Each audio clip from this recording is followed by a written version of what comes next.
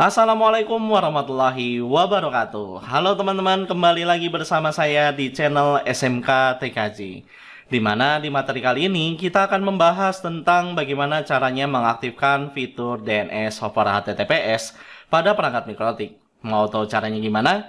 Jangan kemana-mana ya, tetap di sini aja.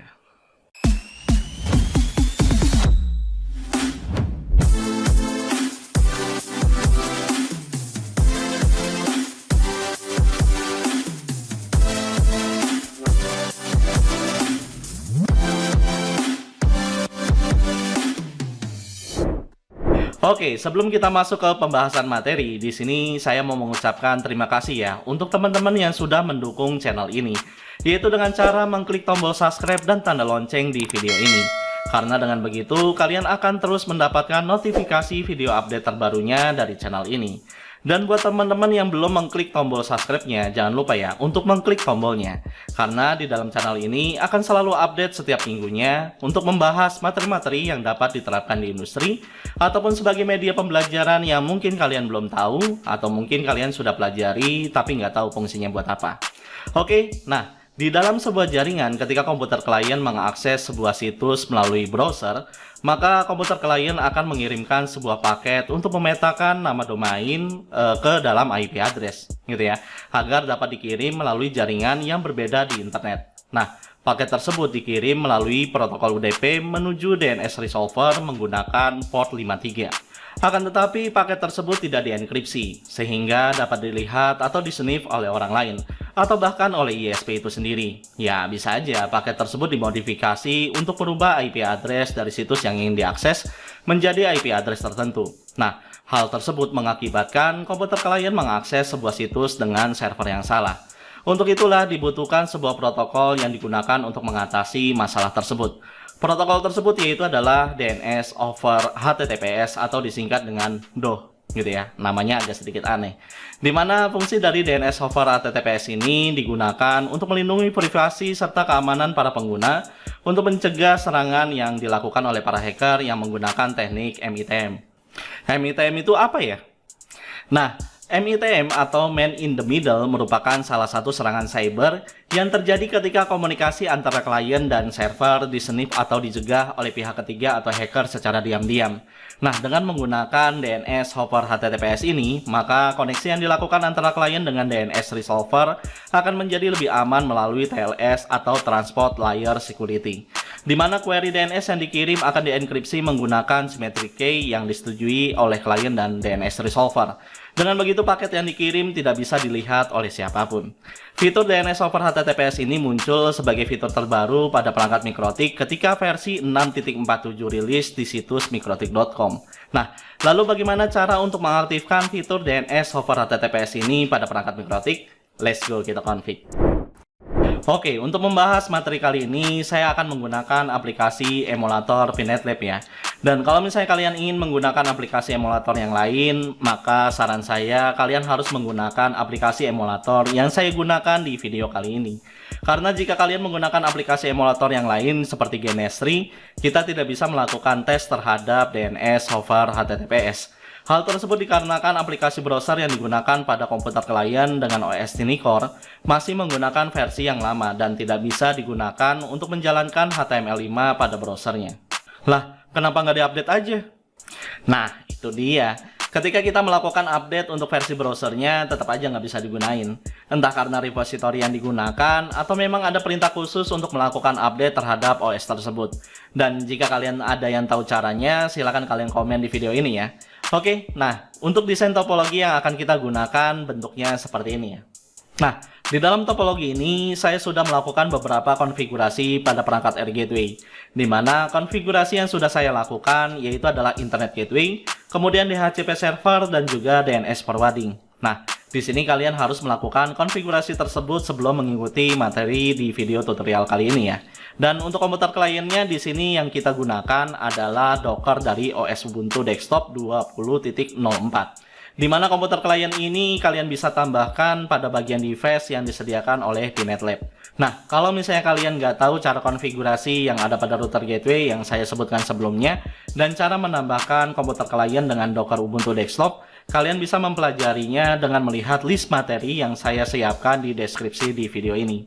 Oke, nah karena kita akan menggunakan DNS over HTTPS, maka di sini kita akan mencoba untuk mengetahui apakah DNS yang ada di dalam jaringan kita di forward ke DNS ISP atau enggak gitu ya. Nah, di sini kita remote dulu komputer klien yang ada di dalam Pinet Lab gitu ya. Nah, caranya di sini kalian harus pastikan dulu ya bahwa kalian menggunakan HTML console ketika melakukan remote terhadap komputer klien gitu ya. Nah, untuk memastikannya di sini kalian bisa arahkan kursor kalian ke arah sebelah kiri di bagian workspace-nya gitu ya, sehingga muncul tampilan bentuknya seperti ini. Dan di sini kalian harus pastikan bahwa HTML console itu dalam keadaan aktif seperti ini gitu ya. Nah, kalau misalnya udah kalian rubah menjadi HTML console, barulah kalian melakukan remote terhadap PC kliennya gitu ya. Nah, caranya yaitu adalah kalian tinggal klik aja nih di bagian gambar PC kliennya. Misalnya di sini yang saya remote yaitu adalah PC 1. Nah, di sini kalian klik di bagian PC 1-nya. Nah, kemudian kalian klik di bagian OK gitu ya untuk melakukan remote terhadap komputer klien kalian gitu ya. Nah, kemudian di sini langkah selanjutnya yaitu adalah kita akan melakukan pengecekan apakah DNS yang kita gunakan itu sudah di forward ke ISP atau tidak gitu ya. Nah, caranya di sini kita buka sebuah situs.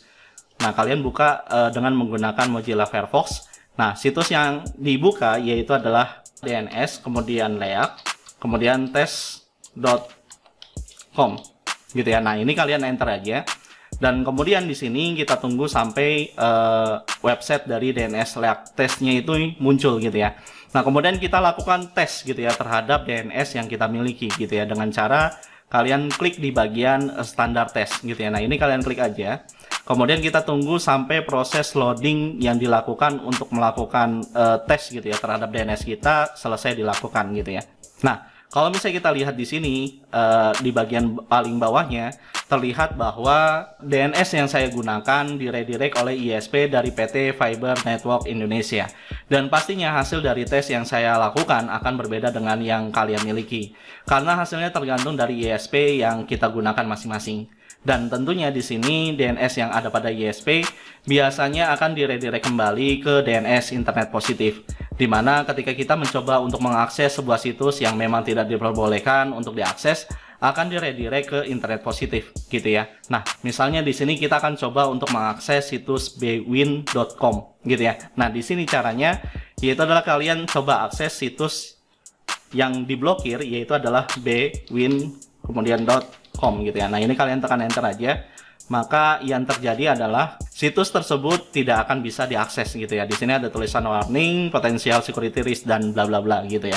Nah, karena ketika kita mengakses situs bwin.com, maka proses translasi yang dilakukan DNS akan di-forward ke DNS internet sehat yang ada di ISP gitu ya. Dan ketika dicari hasil recordnya ternyata nama domain tersebut termasuk ke dalam kategori situs yang tidak diperbolehkan untuk diakses.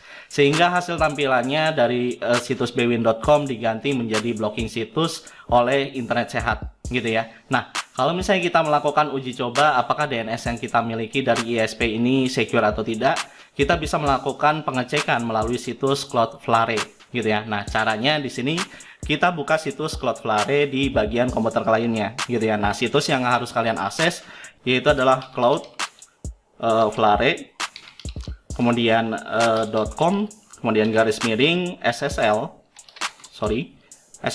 kemudian garis miring encrypted strip SNI gitu ya.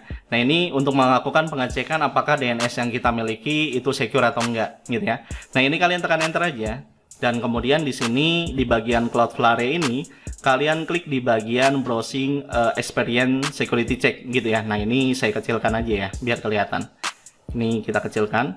Nah, kemudian kalian scroll di bagian paling bawahnya, nanti di sini ada tulisan check my browser gitu ya. Nah, ini fungsinya untuk melakukan pengetesan apakah DNS yang kita miliki ini secure atau enggak gitu ya. Nah, ini kalian klik di bagian check my browser, nanti dia akan melakukan scanning terhadap DNS yang kita miliki. Dan di sini terlihat bahwa Pada bagian Secure DNS terdapat notifikasi tanda tanya ya. Ini artinya situs Cloudflare tidak dapat mendeteksi apakah DNS resolver yang kita miliki dari ISP ini secure atau tidak gitu ya. Nah, agar DNS yang kita miliki menjadi lebih secure, maka di sini kita bisa menggunakan fitur DNS over HTTPS pada MikroTik gitu ya. Nah, caranya di sini kita remote dulu perangkat Air Gateway yang kita miliki dengan menggunakan aplikasi Winbox gitu ya. Nah, di sini caranya ini kita minimaliskan aja si PC satunya. Kemudian kalian buka aplikasi Winbox. Kemudian kalau misalnya ada tampilan seperti ini, seperti biasa kalian klik di bagian Run. Nah, kemudian di sini kalian klik di bagian Refresh sampai muncul perangkat Air Gateway yang akan kita konfigurasi gitu ya. Nah, di sini kalau misalnya perangkat Air Gateway yang kita miliki yang ada di bagian Pinet Lab-nya tidak muncul, maka kalian harus melakukan remote terhadap perangkat Air Gateway kalian di dalam Pinet Lab-nya. Kemudian kalian cek MAC address yang digunakan pada interface yang akan kita remote gitu ya. Dimana kalau misalnya kita lihat di bagian topologinya, di sini interface yang akan kita gunakan untuk melakukan remote terdapat di interface Ether 3 gitu ya. Berarti di sini kalian harus melakukan remote terhadap perangkat Air Gateway-nya seperti ini. Kemudian di sini kalian tekan enter aja. Nah, kemudian kalian login menggunakan user admin dan passwordnya ini karena saya belum melakukan konfigurasi apapun di perangkat Air Gateway, hanya konfigurasi Internet Gateway, DNS dan DHCP server, maka di sini kalian tinggal tekan enter aja gitu ya. Nah, kemudian kalau misalnya ada peringatan do you want to see the software license, ini pilih no aja gitu ya. Nah, kemudian di sini kalian cek MAC address yang ada di interface Ether 3 gitu ya. Nah, perintah yang digunakan yaitu adalah interface, kemudian Ethernet, kemudian print gitu ya. Nah, di sini karena kita baru melakukan remote terhadap perangkat Air Gateway ini baru pertama kali, maka hasilnya jadinya seperti ini ya, jadi tidak terlihat gitu ya. Supaya bisa terlihat semuanya, maka kita lakukan remote terhadap perangkat Air Gateway-nya ini secara ulang gitu ya. Nah, ini kita close dulu perangkat Air Gateway-nya dari hasil remote di terminal. Kemudian kita remote kembali perangkat Air Gateway yang kita miliki. Nah, kemudian kalian tekan enter dan baru kalian gunakan perintah yang sama gitu ya, yaitu adalah interface, kemudian Ethernet, kemudian print gitu ya. Nah, ini kalian tekan enter dan baru di sini kita bisa melihat MAC address yang ada di perangkat Air Gateway gitu ya. Nah, di sini kita bisa melengkapi MAC address yang ada di interface Ether 3 gitu ya. Nah, ini kalian copy aja gitu ya dengan cara kalian blok. Kemudian kalian buka aplikasi Winbox-nya. Nah, kemudian kalian pastekan di bagian connect to-nya gitu ya. Seperti ini. Nah, kalau misalnya udah seperti ini, berarti kita bisa melakukan remote terhadap perangkat Air Gateway yang kalian miliki gitu ya, yang ada di dalam emulator Pinet Lab gitu ya. Nah, kalau misalnya udah, baru kalian masuk ke dalam perangkat Air Gateway kalian gitu ya, dengan usernya yaitu adalah admin dan passwordnya adalah kosong. Karena di sini saya belum melakukan konfigurasi tentang pengamanan terhadap perangkat Air Gateway gitu ya. Nah, kalau misalnya kalian melakukan konfigurasi ini di perangkat real langsung atau di jaringan langsung, maka saran saya adalah kalian harus melakukan sistem pengamanan terhadap perangkat Air Gateway kalian gitu ya, dimana kalian bisa mempelajarinya melalui video yang ada di sebelah sini. Oke, nah di sini karena saya belum melakukan konfigurasi terhadap pengamanan, maka kita bisa melakukan login dengan menggunakan user serta password yang defaultnya gitu ya. Nah, ini kalian klik di bagian connect aja. Nah, di sini akan muncul perangkat Air Gateway yang akan kita konfigurasi gitu ya. Nah, kemudian untuk melakukan konfigurasi DNS over HTTPS pada perangkat Air Gateway, di sini kalian harus pastikan bahwa versi dari perangkat Air Gateway kalian memiliki versi di atas dari versi 6.47 gitu ya. Karena versi 6.47 itu adalah versi di mana konfigurasi DNS over HTTPS itu muncul gitu ya. Nah, untuk melihat versinya di sini kalian bisa melihat di bagian paling atas nih. Nah, di bagian paling atas di sini yang saya miliki, router yang saya miliki yaitu memiliki versi 6.48.3 gitu ya. Jadi berarti di sini konfigurasi untuk DNS over HTTPS itu udah ada gitu ya. Dan kalau misalnya kalian menggunakan versi di bawah 6.47, pastinya konfigurasi DNS over HTTPS ini tidak akan muncul gitu ya. Nah, untuk melakukan konfigurasi DNS over HTTPS, di sini kalian klik aja di bagian IP, kemudian pilih DNS gitu ya. Nah, di sini kita bisa lihat ada tulisan yaitu adalah use DOH server. Nah, di bagian use DOH server ini kita masukkan situs ataupun IP address yang menyediakan DNS over HTTPS gitu ya. Nah, untuk mengetahui situs mana saja yang menyediakan DNS over HTTPS, kita bisa melihatnya melalui situs AdGuard gitu ya. Nah, di sini kita akan coba akses situsnya gitu ya, yaitu dengan cara kalian buka browser aja. Nah, kemudian di sini kalian klik tanda plusnya. Kemudian kalian masuk ke situs AdGuard gitu ya, di mana situsnya itu adalah KB, kemudian titik AdGuard, kemudian .com. Gitu ya. Nah, ini kalian tekan enter aja. Nah, kemudian kalian scroll ke bawah sampai kalian pilih yaitu adalah Know DNS Provider gitu ya. Nah, ini kalian klik aja. Nah, di sini kalian bisa menggunakan fasilitas DNS over HTTPS melalui beberapa situs yang menyediakan fasilitas tersebut gitu ya. Dimana di sini ada banyak situs yang bisa kalian gunakan gitu ya. Termasuk di sini ada juga DNS Google gitu ya yang mengaktifkan fungsi DNS over HTTPS gitu ya. Nah, misalnya di sini kita akan menggunakan DNS over HTTPS dari server Cloudflare gitu ya. Nah, di sini kita cari dulu nama domain dari server Cloudflare gitu ya. Dimana di sini Cloudflare DNS itu adanya di sebelah sini ya.